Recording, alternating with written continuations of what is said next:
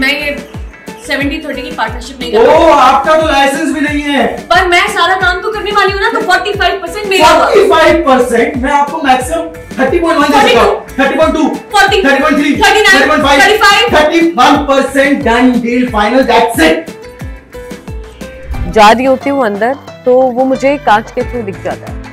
यहाँ पर सबसे पहले तो उसको देखकर पर्सपेक्टिव चेंज होता है कि मैंने जो सोचा था उसके बारे में वो शायद गलत था।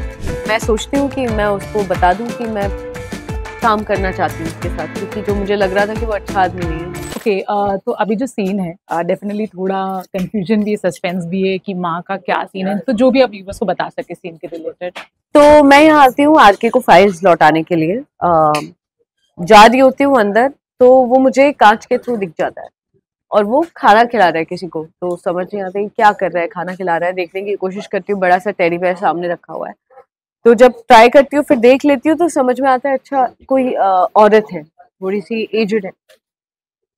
तो ऐसा लगता है अभीरा को कि वो उसकी माँ है, क्योंकि वो माँ भी बुलाता है, खाना खिला रहा है, दवाई खिलाने की कोशिश कर रहा है, वो रेजिस्ट कर रही है तो उनको बंदर वो देखो ये देखो करके खिलाता है, जैसे बच्चों का देखभाल की जाती है, जैसे बच्चों को बहलाया जाता है वैसे ही कर रहा है। तो यहाँ पर सबसे पहले तो उसको देखकर पर्सपेक्टिव चेंज होता है कि मैंने जो सोचा था उसके बारे में वो शायद गलत था। वो ग्रीडी नहीं है, हाँ उसको पैसे की जरूरत है, बट उसका जो मोटिव है वो बहुत क्लियर है कि उसका एक नेक मोटिव है पैसे कमाने के लिए भी। फिर जब वो बाहर आता है तो आंसू पोंछ रहा होता है, मैं उसको टिश्यू ऑफर करती हूँ क्योंकि उसका फेस पूरा स्केच पेन से बना दिया होता है माँ ने, एवरीथिंग।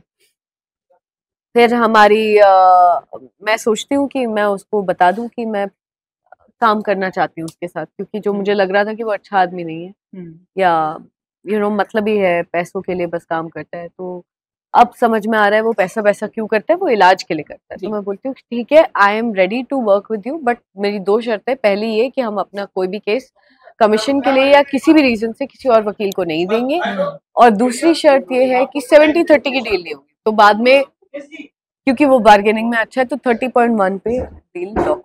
एक आखिरी सवाल, बहुत सारे स्पेकुलेशन है दैट आरके का थर्ड एंगल होंगे, विल अभीरा और Maan separate forever, anything which you can tell to the viewers of here? Honestly मुझे नहीं पता कि क्या एंगल होने वाला है, but as of now I can tell you कि अभीरा और आरके का ही रिलेशन इतना क्लियर नहीं है।